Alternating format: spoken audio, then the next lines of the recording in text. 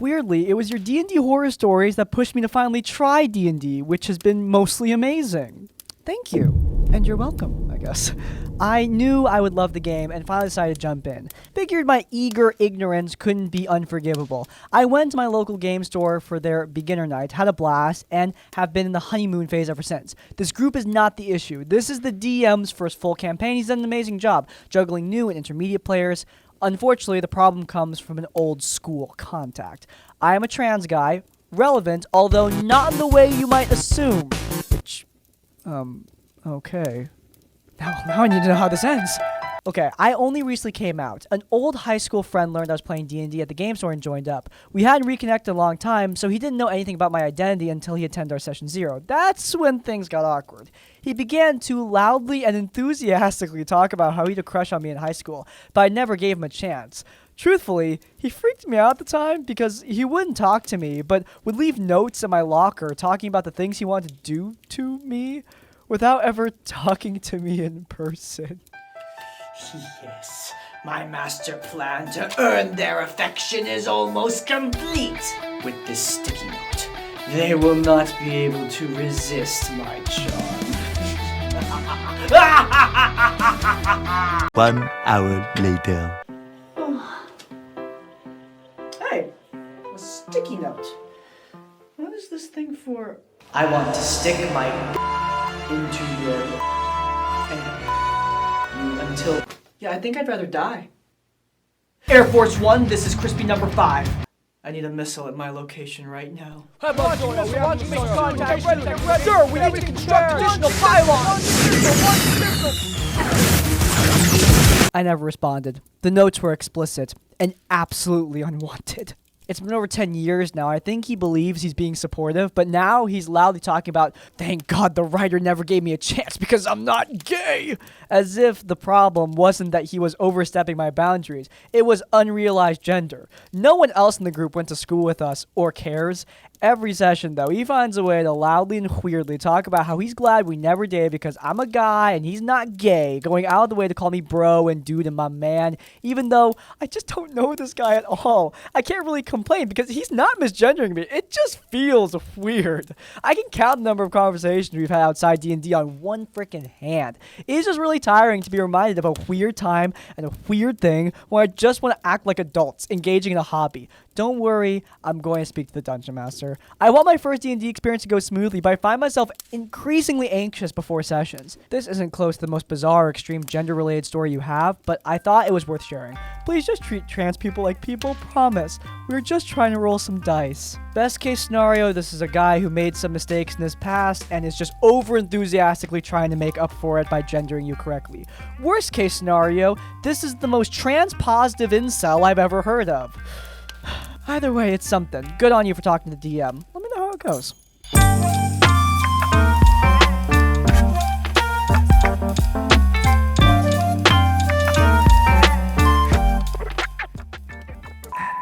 My DMing has been taking a steep dive. I'm a big snacker at the table, but the snacks I've been eating make me feel like garbage all session.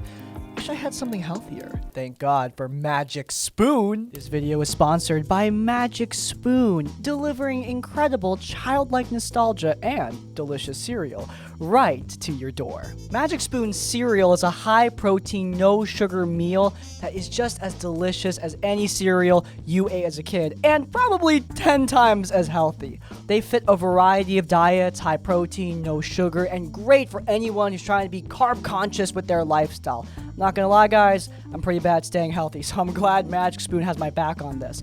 But what if you're not a cereal girly? No problem. There's also the treats. These protein bars are delicious. They contain 11 to 12 grams of protein, 1 gram of sugar, and 1 to 2 grams of net carbs. They're so delicious, in fact, they offset my horrible competitive gaming performance. Just perfect. If you guys are interested, you can use code CRISPY or just head down into the link down below so you can get MagicSpoon for $5 off, or alternatively, you can just grab it from the grocery store. It's right there. Thank you so much to MagicSpoon for sponsoring today's video. As always, supporting our sponsors does support us, and without further ado, I'm going to turn back into an animated rant so we can get back to the video. The horror story actually just happened. My husband and I, both brand new, joined the campaign. We loved it, hence why I'm trying to DM soon, but the last 2 sessions have been a problem. My husband and I had our characters on a solo adventure because the party split up. It went great, but he died at the very last second due to a teleporting problem and him not breathing. It was dramatic and funny, but the DM said it should be fine. It was unlikely that he would actually die.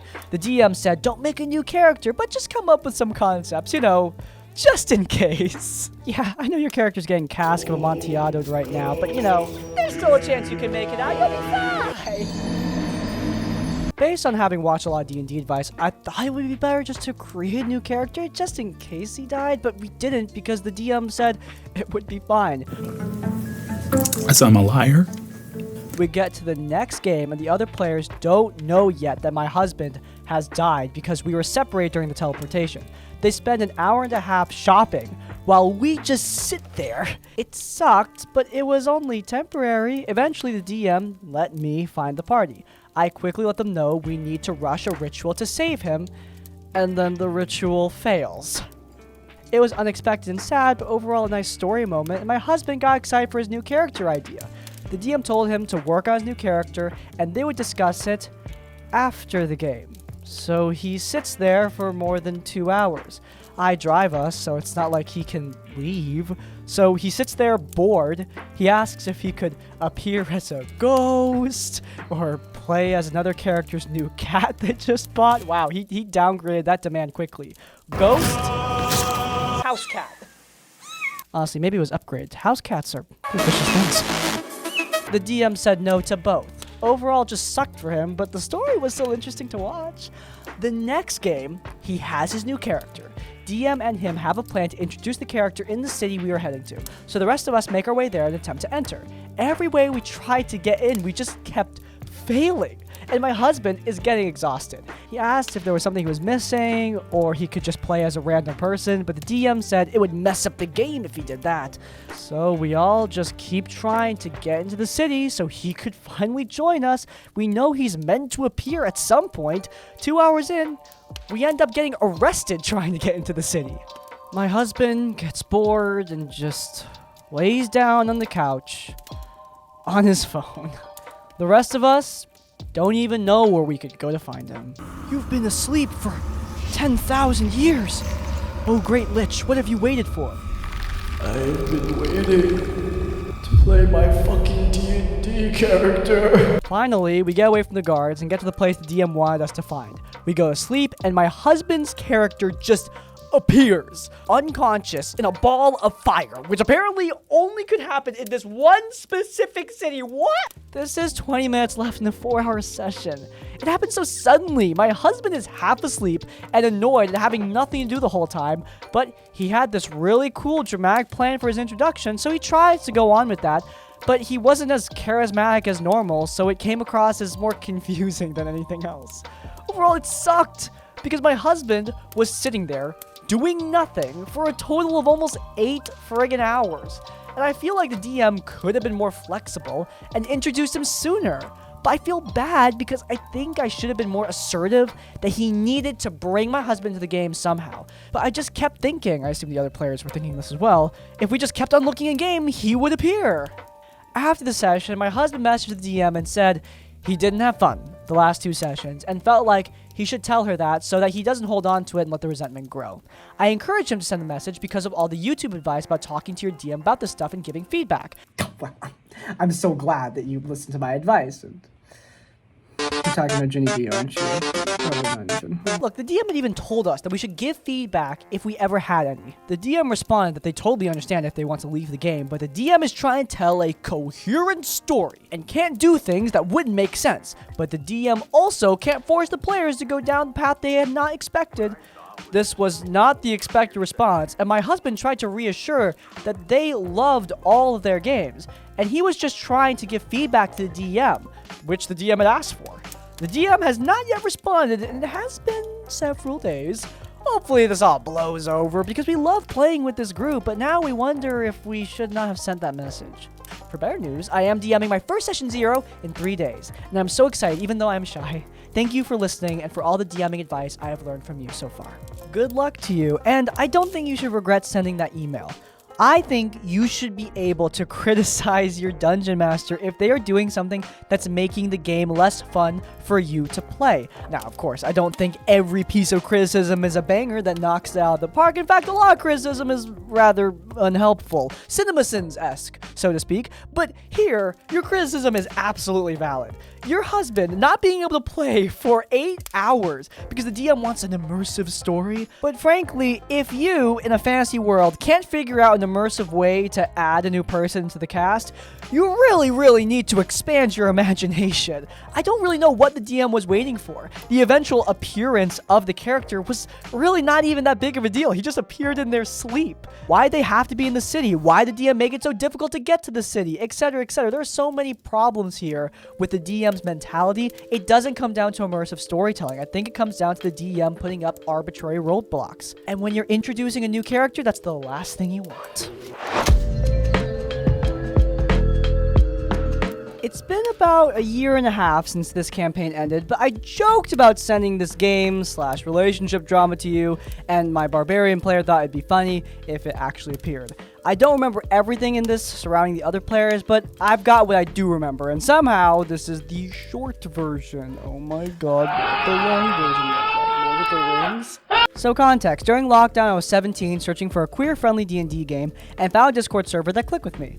I'd only been part of one other online game before, but immediately got hooked with this group, and despite some drama, several of them are still my close friends. I'm gonna preface by saying that I'm autistic, non-binary, and polyam. This does come up, I swear. Anyway, D&D became a special interest soon after I discovered it, to the point that I'd read the entire Player's Handbook, DMG, and several other books before I'd even started playing. I'd lovingly known in my games as being the rules defense attorney. I know the rules super well, and even when I DM, I make sure to let my players know the little advantages that can help them. I do my best not to metagame, but out of character, I try to help my fellow players at the table as much as possible. So after spectating a game in the group, I started talking with the DM, and he eventually invites me to join, since I was friends with a few of the players. I was genuinely over the moon. I spent some time creating an artificer, a tiefling artillerist, who I write a lot of critter-inspired spell flavors for. Mechanical bees that produce a honeycomb that cured wounds, artificial spiders that attach to shoes for spider climb. You get the gist. Okay, W spell flavor. I like this.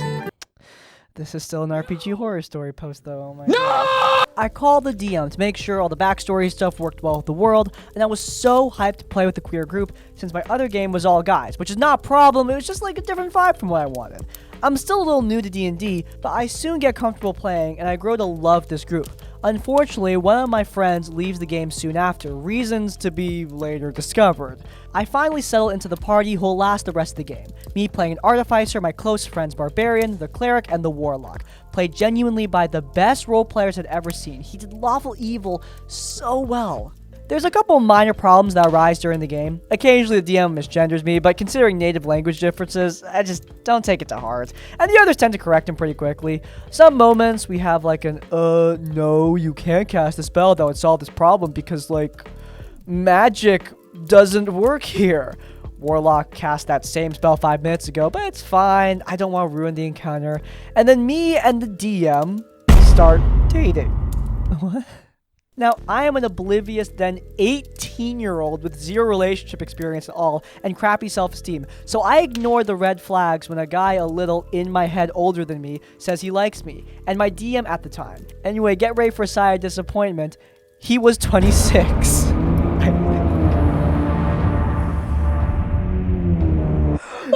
I know it's legal, okay? I know, but like... She's 18 now. What do you have in common with a high schooler? The reason I don't know for sure is because the age in his Discord bio has changed twice now since then. But at present, it's 8 years my senior. Who knows for sure, though? But hey, the game isn't impacted, right? There's occasional pet names he throws my way, but I tend to tone it down in games since we're playing with, you know, other people present. out of game, we call a lot, but there's still some risky behavior for me being 18 and him 26. But I'm sure it's okay. Hey, past me, I'm shaking my head at you. You know, when the other players called me a teenager, he apparently got annoyed, which I wasn't there for, but hearing about it now, yeah, red flags. Understatement of the century. Anyway, I started an in-game relationship with one of the NPCs, which I wasn't super enthused about. In my head, my player character was demi, or maybe even aromantic, but it happened anyway because I felt pressured with us dating out of game.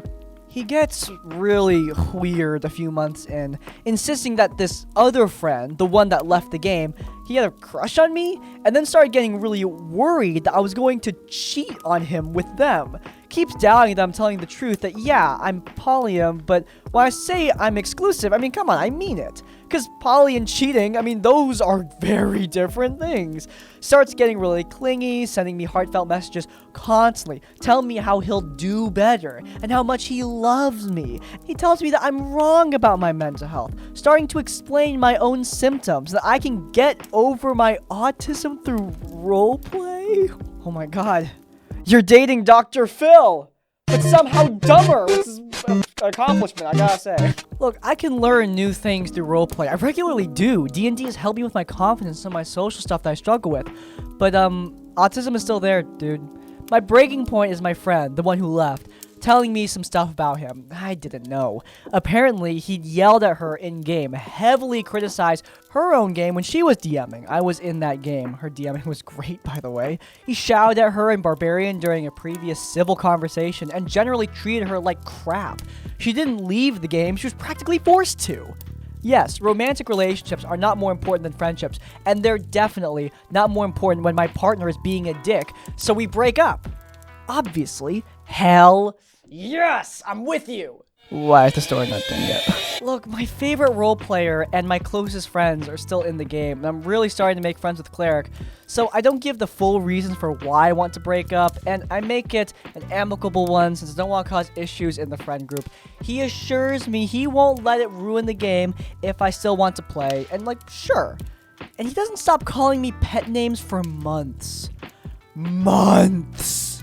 There's now a very clear weirdness in the game. Everyone else is allowed magic items straight up. I have to go on weird side quests to get the stuff I want to craft mine, because I'm an artificer, of course. I should want to do that. Never mind time-limited quests on the way to save the world, you know? I'm basically ignored in combat, on full health at the end of almost every fight. He keeps pushing the relationships with the NPCs, which is very uncomfortable when his language is just very similar to when we were dating. I get a very guilt-trippy message on Valentine's Day. I would pay money to see that message. I'm a bad person, aren't I? I ignore that message. God forbid I want to pause the game for 2 seconds to get something from my throat, because we've been playing for 4 hours and my voice hurts. Did I mention the game starts at 10:30 my time? I didn't mind when we started. I'm used to being in Europe with my US friends, but he later moves the game day, so I go from one game at night to another the next morning. The sessions are frequently over 4 hours. Any other game, I'd be delighted. Now, remember the rules defense attorney thing from earlier? Suddenly, I'm questioned on everything rules-wise. Don't get me wrong, I know the obscure rules most people don't, weird interactions between effects and sage advice kind of things. I want my fellow players to get the advantages they should get, but I obviously don't mind if the DM wants to rule differently on those things. It's their game, not mine. So I get questioned every time on those, but of course, I go with the DM's judgment. But it's the basic stuff too now, and it's really condescending tone-wise, to the point that the other players start messaging me to check if I'm okay. Apparently, he's got to double-check the damage of the spells I've been casting the whole game. Am I sure that the attack bonus is what I should have? Am I sure that's actually my fly speed? Yes, I know the character I've been playing for 2.5 years. Thanks. Yeah, get his ass, queen! Seriously, this sounds so annoying. Anyway, back to the actual game. We end up coming before gods who try to give us all blessings. My player character's been very apathetic to the gods the entire time and is very chaotic, and I get approached by a god of order? Okay, sure. Maybe he's playing into Artificer's disdain of them. I persuade the god that what he's trying to do to get me isn't the best for the world. Nat 20 persuasion on an 8 charisma character, baby. And after all that convincing, he says he's going to give me a blessing. Cool, we're saving the world? Might need that thing. Warlock gets a massive long-lasting AoE effect once per day. Cleric gets a massive upgrade to his forge weapon. Barbarian gets an item for range attacks. She couldn't even use it, the 2-minute slots were full.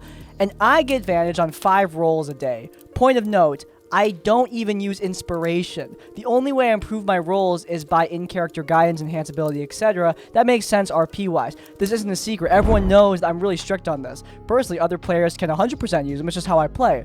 So obviously, I just wasn't going to use this effect. It's fine. Me and Barbarian say I'll be a little sad that we didn't get cool things like the other two. The two of us have been talking about the game for the last few months on another server because we're both tired of certain elements of it. And Barbarian also has an NPC relationship that she's feeling iffy with, so we bond over that. We're only staying in this game because we love playing with the other two who don't have another game. We're coming up on 3 years in this campaign, hopefully reaching the end game soon. So DM, the group says, we want to focus on the major problems coming up in the world, not random, irrelevant side quests delaying this again. We want to get to this final confrontation, and thankfully everyone's on the same page. The final fight's been hyped up for a while, and we get to the penultimate session. Here and only here does my one backstory NPC friend show up, when I can no longer interact with him because we're about to save the world. And apparently, he's responsible for their main backstory betrayal? Okay, nice to see you, I guess. We're long past that plot line. My player characters had their character growth by now. Comrades, we stand at the apex of Icecrown Citadel, where we will face Arthas the Lich King and send him screaming into the dark that awaits him. Now, let us do battle with— Wait, hey. Hey man, it's me, your childhood best friend. God, I forgot you have the stupid anime voice. Jeff, hey man, I haven't seen you since the beginning of the campaign 2 years ago. What are you doing here, man? Oh, I wanted to tell you that, I killed your parents. What? What? Hey Arthas, can you just kill me, man? Just kill me. Just get it over with. Final fight. My Artificer now multi-classed into Wizard, and only my Artificer gets caught in an anti-magic field.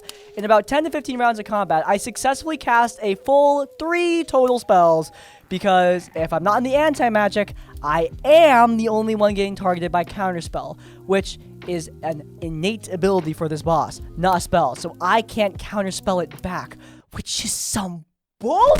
The Warlock with a Mystic Arcanum, the Cleric with 7th level spells at this point, they're free to do whatever crazy damage they want.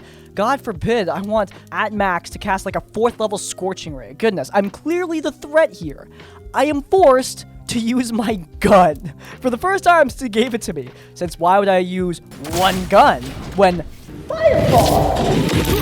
The gun was a custom one he brewed on DnD Beyond, and now I'm looking at the stats for it. It doesn't have a misfire score in any of the references of its abilities, and he gets super annoyed when I ask him what it is, because it's on there. Just read the item. Dude, it's not on there. I just thought he missed adding it by accident, trying not to start anything on the last session, and he says, X ability on the gun adds to the misfire score.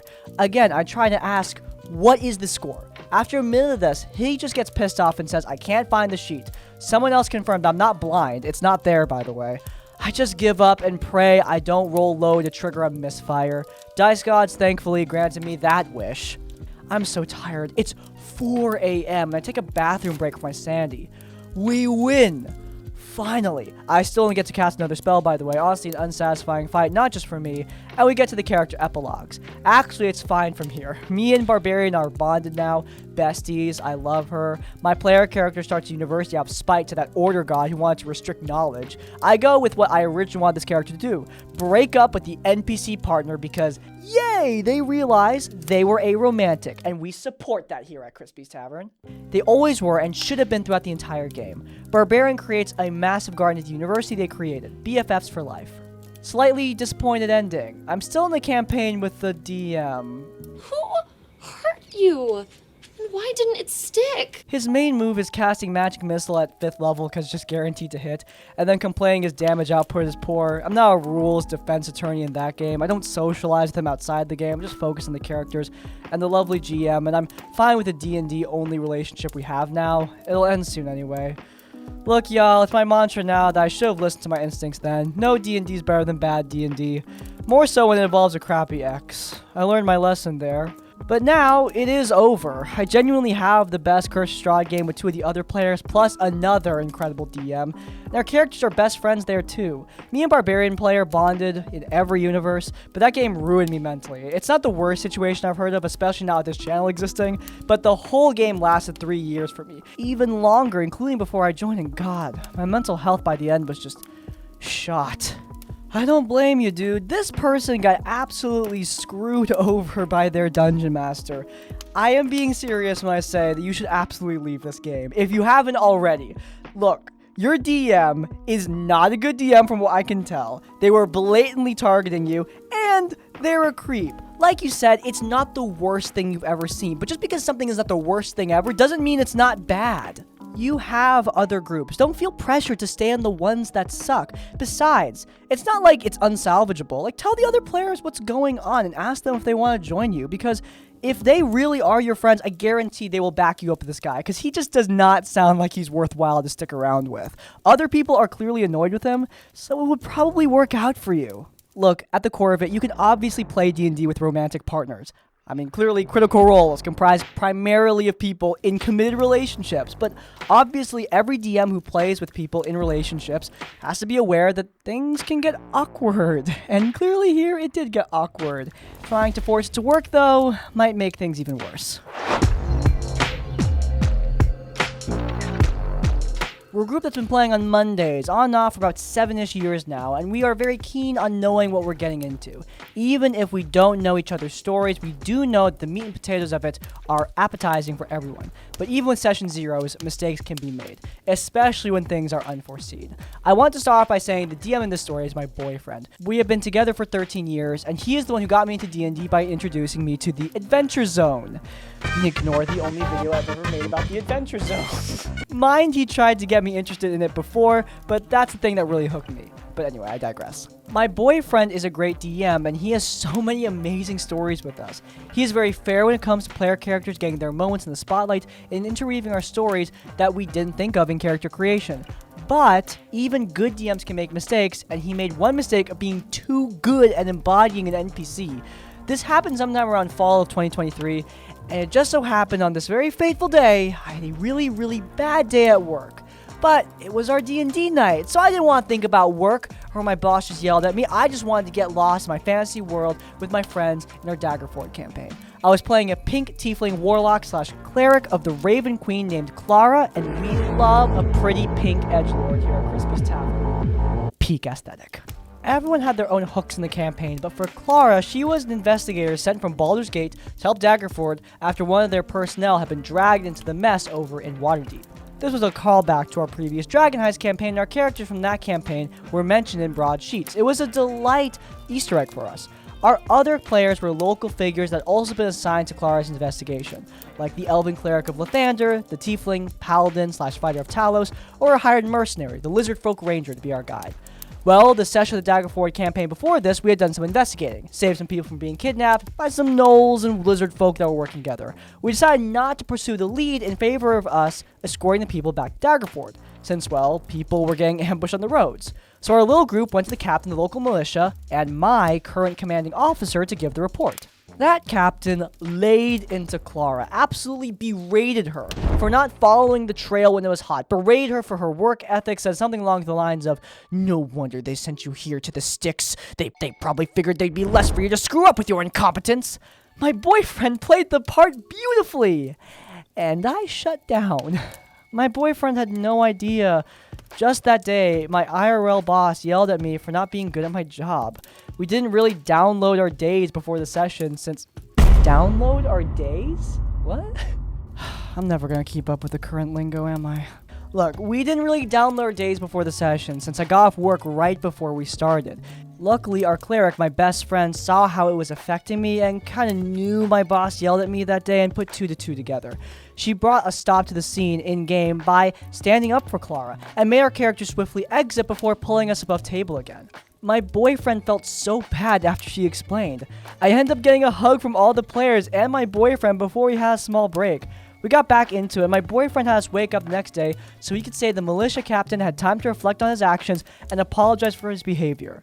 It was very cathartic. Damn, it's enough to make a grown man cry. Take this throne, king. From now on, we had a new game night tradition of just telling us about our weeks before we started playing, just in case. But it just goes to show, even with a strong, healthy D&D group, there's always a little small horror that can happen. As long as you roll with the punches, you can come out just a little less bruised. P.S. attached a picture of Clara with her canonical investigator's notebook my cleric friend in the story drew for me because I love her. I need to show how cute she is any chance I get. And yes, that does look very cute. I try to end off with stories like this because it just goes to show that yes, like this person said, you can have the best group, but stuff happens. Session zeros, communication, those things are great, but they're not silver bullets. You cannot preemptively solve every problem that can arise. Hell, even the tradition of talking to people before the game even starts, that might not solve everything. All these things help, but mistakes are inevitable. What matters is learning from them and making sure to apologize and understand what's going on. That's what makes this DM a king to me. He understood what his partner was going through and took action to make sure they felt comfortable and safe. Good stuff, bro. Good stuff. This group clearly cares about each other, and you know what? I just love seeing stuff like that. Good on ya. Good on all ya. Hold this crown. Hey, that's a wrap. I'm back from break. Thank you guys so much for your patience. If you guys enjoyed, you might enjoy our last episode of Critical Failure, where we talked about the many stupid controversies of Critical Role. It's linked up there in the cards, but before you go, please do leave a like on this one and subscribe to Crispy's Tavern so you don't miss any of our content as it comes out. And finally, if you want to leave your own stories and thoughts, go down in the comments down below. If you can't leave a comment, leave the comment. Leave that game to let me know at the end of the video. Hey, by the way, if you have your own horror stories, you can send them directly to us. There's the email down in the description down below. Send your stories our way for a chance to be featured in one of these videos. But hey, even if you don't have any stories, in essence, like, comment, subscribe. I'll see you all next time. Farewell. I want to stick my beak into